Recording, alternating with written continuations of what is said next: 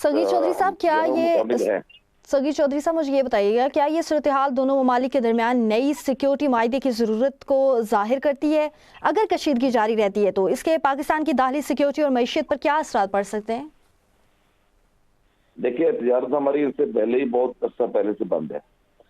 हम इनसे तजारत नहीं कर रहे, बॉर्डर हमने बंद किए हुए हैं और जमीनी रूट तकरीबन बंद है। कल रात से तोरखम का बॉर्डर भी बंद है, तो वो सिर्फ इसलिए खोला था कि जो जितने भी मुहाजिरीन हैं वहाँ अपने इनको उनके मुल्क भेजा जा रहा है, तो सिर्फ वो उस पर्पज के लिए खोला गया था और वहाँ पर जितनी गाड़ियां वगैरह थी उनको भी खत्म कर दिया गया है। तो देखिए, हम बॉर्डर से तो हमारी इनके साथ तजारत नहीं हो रही, हमारा इनके साथ कोई लेन देन इस किस्म का है ही नहीं।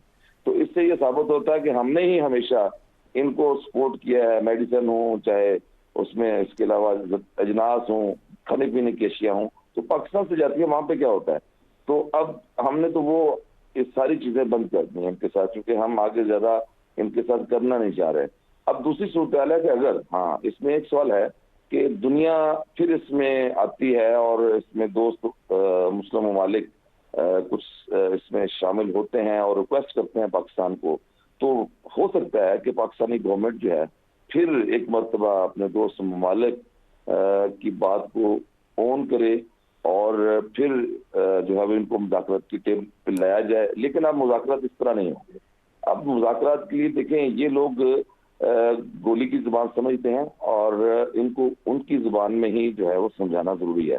तो अब हम दोस्त ममालिक को भी ये पहले बताएंगे कि हमारी कुछ शराइत होंगी और शराइत के साथ जो है वो हम इनसे मुलाकात करेंगे ताकि खित्ते में पायदार अमन जो है वो कायम हो सके। और पाकिस्तान जो है, देखें, इस वक्त पाकिस्तान का मैं समझता हूँ कि पूरी दुनिया पे एहसान है।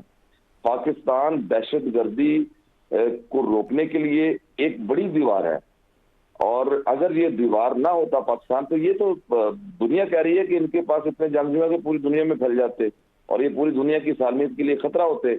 तो इसलिए पाकिस्तान को दुनिया को तो पाकिस्तान पे एहसानमंद होना चाहिए। पाकिस्तान की सिक्योरिटी फोर्सेस देखें, रोजाना रोजाना हमारे जवानों की शहादतें हो रही हैं, वहां पे ये आके छुप के वार करते हैं और शहीद करते हैं उनको, बेगुनाह बच्चों को शहीद कर रहे हैं। कितने हम जनाजे अब तक उठा चुके हैं इनकी वजह से, हमने बहुत रायत की है इनके साथ।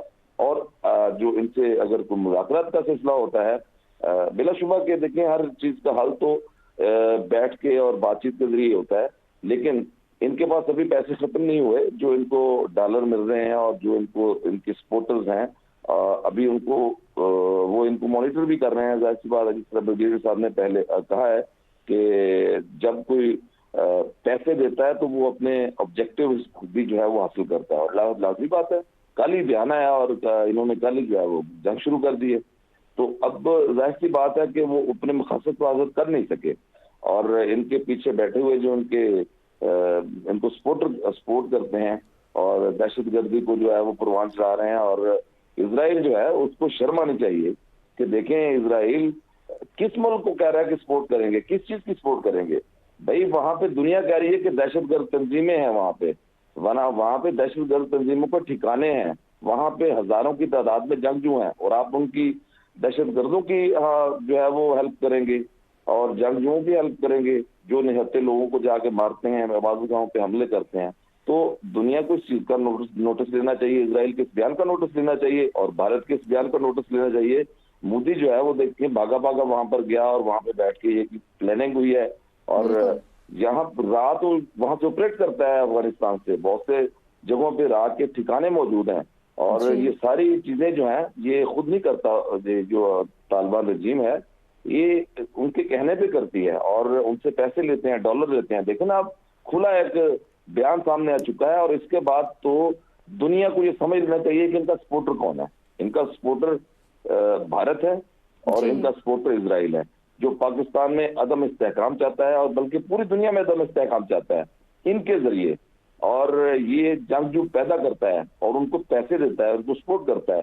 तो इसलिए अब मेरे ख्याल में दुनिया को बाइकआउट करना चाहिए इसराइल का और भारत का, जो इस तरह का घिनौना जुर्म कर रहा है और घिनौना जुर्म का इर्तिकाब कर रहा है और बल्कि उनकी पुष्टपनाही और सहूलतकारी कर रहा है। अब तो उनके बयान सामने आ चुके हैं और ये देखिए, पाकिस्तान है, पाकिस्तान ने बड़ा सब्र किया और पाकिस्तान तो अब भी जो है वो बड़ी एहतियात से काम ले रहा है कि किसी भी सिविलियन आबादी को निशाना ना बनाया जाए। सिर्फ दहशतगर्द ठिकानों पे हमले हो रहे हैं इस वक्त। वो टारगेटेड जो है वो ऑपरेशन और एयर स्ट्राइक्स हो रही हैं। जिन जिन सूबों में, जिन जिन शहरों में इनके बेस कैंप्स बने हुए हैं या इनके ट्रेनिंग कैंप्स हैं जहाँ से ये ऑपरेट करते हैं, तो वहाँ पे इंटेलिजेंस बेस्ड ऑपरेशन हो रहे हैं और शहरी आबादी को तो बिल्कुल निशाना नहीं बनाया जा रहा।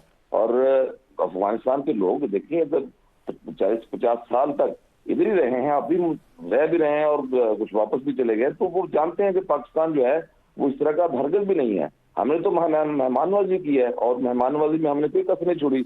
आप देखें कि ईरान में जब ये रिटेलिएट हुआ था, एग्रेशन हुआ था इसराइल का, तो ईरान ने 3 माह के अंदर लाखों की तादाद में अफगान मुहाजिरिन को उनके वतन वापस भेज दिया था। और अब यूरोप से जितनी जो भी जगह है वहां से मुहाजिरिन को वापस भेजा जा रहा है। ये सिर्फ पाकिस्तान की तरफ से नहीं हो रहा, पूरी दुनिया में जहां जहां ये मुहाजिरिन हैं वहां से इनको भेजा जा रहा है। और देखिए, इन्होंने जाली पासपोर्ट में जाली पासपोर्ट पे चलते हैं। फिर यही लोग जो अफगान मुहाजिरिन में से अक्सरियत जो है वो सहूलत कारी में मुलविस रही है दहशतगर्दों की को मुआवनत करने में।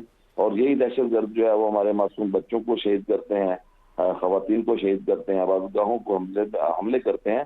तो ये कौन सा इस्लाम है, कौन सी इंसानियत है? तो अब एक सब्र की हद होती है।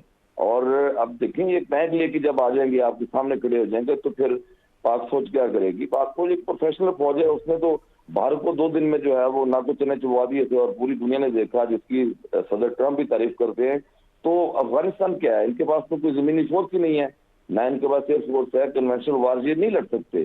तो ये तो सिर्फ गुरिल्ला वार के मास्टर हैं।